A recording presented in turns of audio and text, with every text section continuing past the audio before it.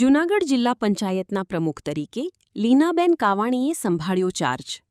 જૂનાગઢ જિલ્લા પંચાયતના નવા પ્રમુખ તરીકે લીનાબેન કાવાણીએ વિધિવત રીતે ચાર્જ સંભાળ્યો હતો. કલેક્ટર અને ડીડીઓની અધ્યક્ષતામાં યોજાયેલા કાર્યક્રમમાં ભાજપના તમામ 23 સભ્યોએ તેમને સમર્થન આપ્યું હતું.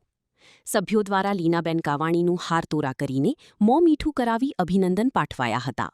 નવા પ્રમુખે આવનારા સમયમાં લોકોપયોગી અને વિકાસલક્ષી કાર્યોને પ્રાથમિકતા આપવાનો સંકલ્પ વ્યક્ત કર્યો હતો.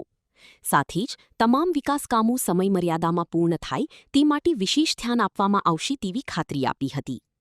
લીનાબેન કાવાણીએ તમામ સભ્યો અને જનતાનો આભાર વ્યક્ત કર્યો હતો. રિપોર્ટર પ્રકાશ દવે, જૂનાગઢ.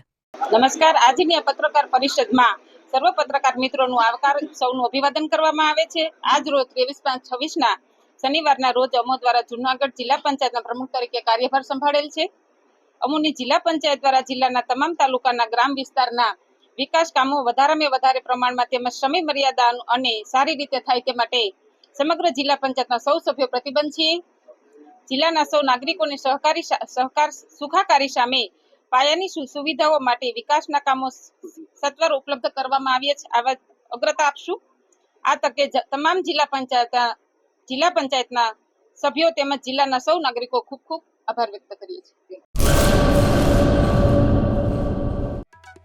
आर्य कन्या गुरुकुल करीब 90 एकड़ में फैले इस विशाल परिसर में कक्षा 5 से लेकर 12 तक निवासी शिक्षा के अवसर उपलब्ध है. इसके अलावा स्थानीय कन्याओं के लिए केजी से लेकर 12वीं कक्षा तक गुजराती तथा अंग्रेजी माध्यम स्कूल भी कार्यरत है. हर प्रकार के खेलों में भी यहाँ की बालिकाएं निपुण हो इसका ध्यान रखा जाता है.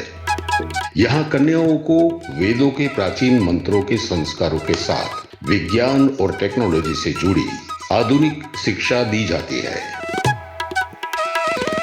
बालिकाओं को विभिन्न कलाओं में पारंगत बनाने के साथ संस्कारों का सिंचन इस गुरुकुल की विशेषता है.